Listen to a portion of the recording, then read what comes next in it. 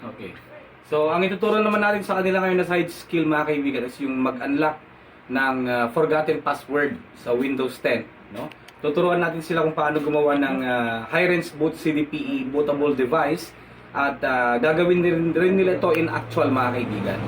Again, hindi po ako professional tutor or teacher para sa CSS ICT. Immersion sila, nag-immersion sila dito sa shop mga kaibigan.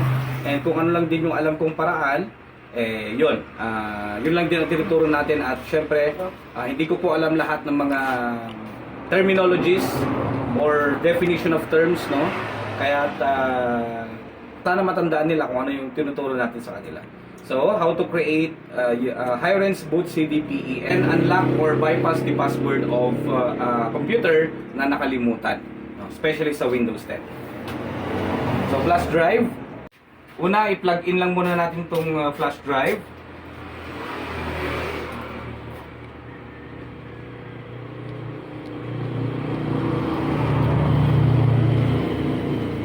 Yan, so na-detect na.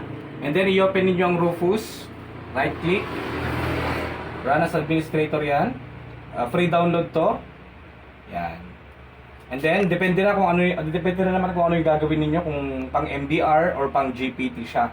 No? So, gagawin natin, since yung unit ko dyan, I think that's dual, no? Ang gagawin natin is MBR. No? Or GPT. Try natin yung GPT.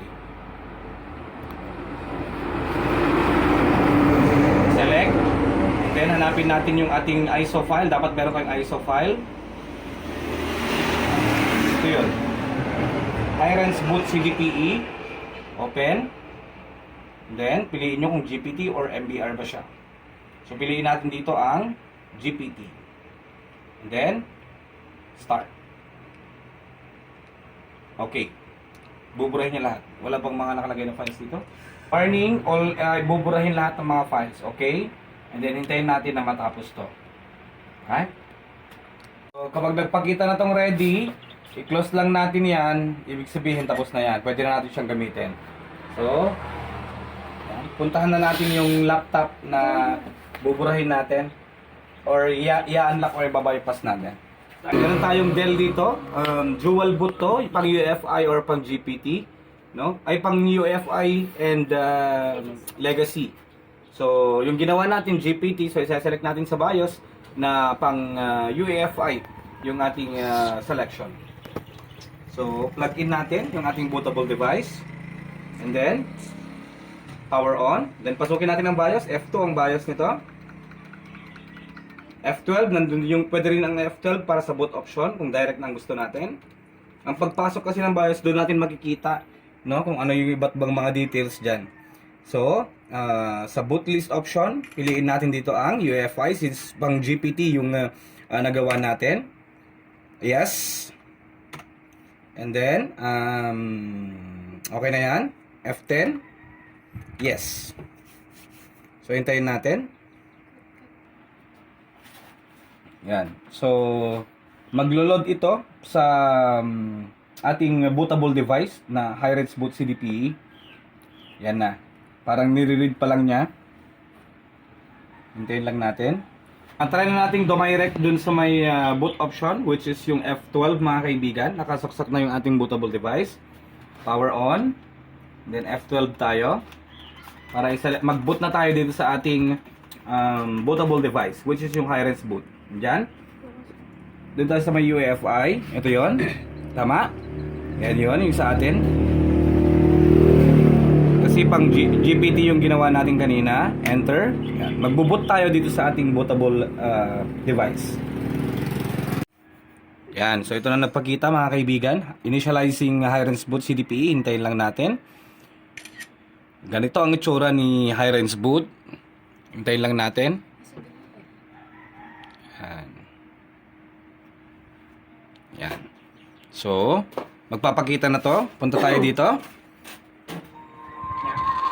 Wow. Ito si high-range boot.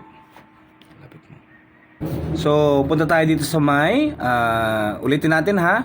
Once na nakapag-load up na tayo dito sa ating high-range boot CDPE, punta tayo dito sa may baba. Yan. Windows icon. And then hanapin natin, punta tayo sa may all programs. And then punta tayo sa may security, passwords.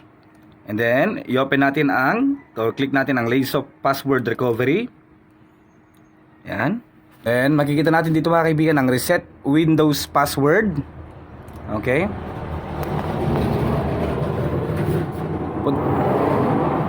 Click lang natin ang next. Free Laysoft, non-commercial use. Yes. Reset local password.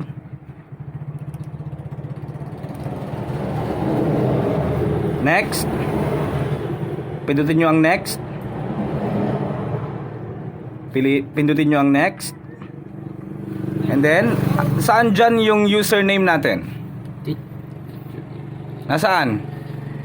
Tito Kevin PH. Very good. So yan yung username natin, yan yung i-unlock natin, yan yung kasalukuyan naka-sign in. Click ang next. And then reset, unlock, okay?